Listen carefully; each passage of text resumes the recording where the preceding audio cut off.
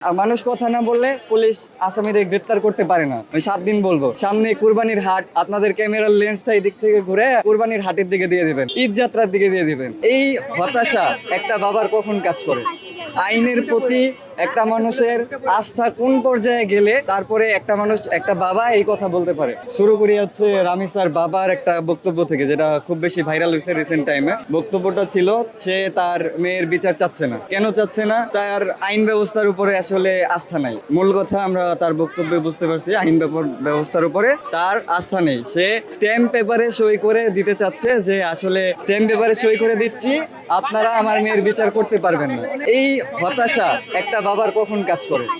আইনের প্রতি একটা মানুষের আস্থা কোন পর্যায়ে গেলে তারপরে একটা মানুষ, একটা বাবা এই কথা বলতে পারে? আচ্ছা, এবার আসি বাংলাদেশের আইনের ব্যবস্থা। আমরা রিসেন্ট টাইমে যে ঘটনাগুলো দেখতেছি, আসিয়ার ঘটনা দেখছি, এর আগে যে হত্যাকাণ্ডের ঘটনাগুলো আমরা দেখছি, সেগুলোতে আমরা কি দেখছি?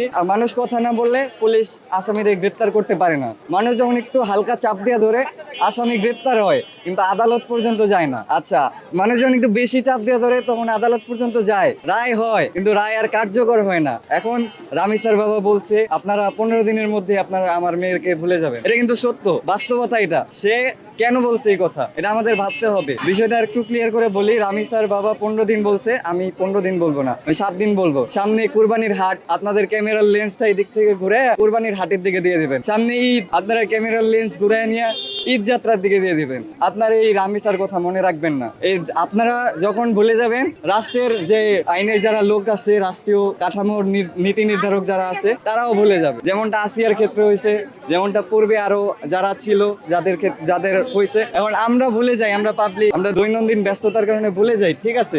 কিন্তু এই যে এই পরিবারটার যে ক্ষতিটা হয়েছে, তার কোলে কি আমরা এই সন্তানটাকে আর ফিরিয়ে দিতে পারবো? পারবো না, কখনোই পারবো না।